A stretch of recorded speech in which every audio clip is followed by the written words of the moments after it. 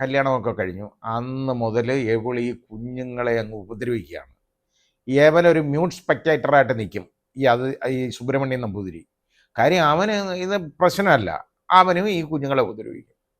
അങ്ങനെ ഉപദ്രവം സഹിക്കാൻ വയ്യാതെ ഇങ്ങനെ ഈ കുഞ്ഞുങ്ങൾ കിടക്കുകയാണ്. എന്നിട്ട് മാത്രം ഇതിൻ്റെ സ്വകാര്യ ഭാഗങ്ങളിൽ ഈ കുഞ്ഞിൻ്റെ ഇവിടെ ചൂടുവെള്ളം എടുത്തൊഴിക്കും. എന്നിട്ട് അതിനെ ആശുപത്രി അതിന് കൊണ്ടുപോകത്തില്ല, ചികിത്സിക്കത്തില്ല പൊള്ളലേൽക്കുമ്പോൾ. അതുവരെ ചെയ്തിട്ടുണ്ട് ഈ കുഞ്ഞിൻ്റെ അടുത്ത്. ഇത്രയും ക്രൂരത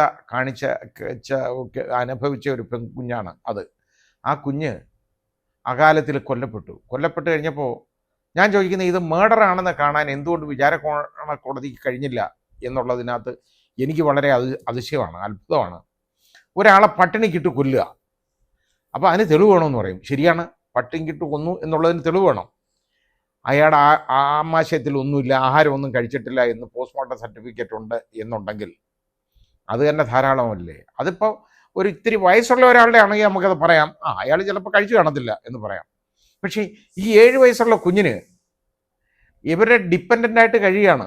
അങ്ങനെ ഉള്ളപ്പോൾ ആ കപ്പാസിറ്റിയിൽ കഴിയുമ്പോൾ അതിന് ആഹാരം കിട്ടാതെ, ആഹാരം കഴിക്കാതെ ഇരുന്നിട്ട് അത് മരിക്കുമ്പോൾ അത് കൊലപാതകമല്ലേ, മർഡറാണത്.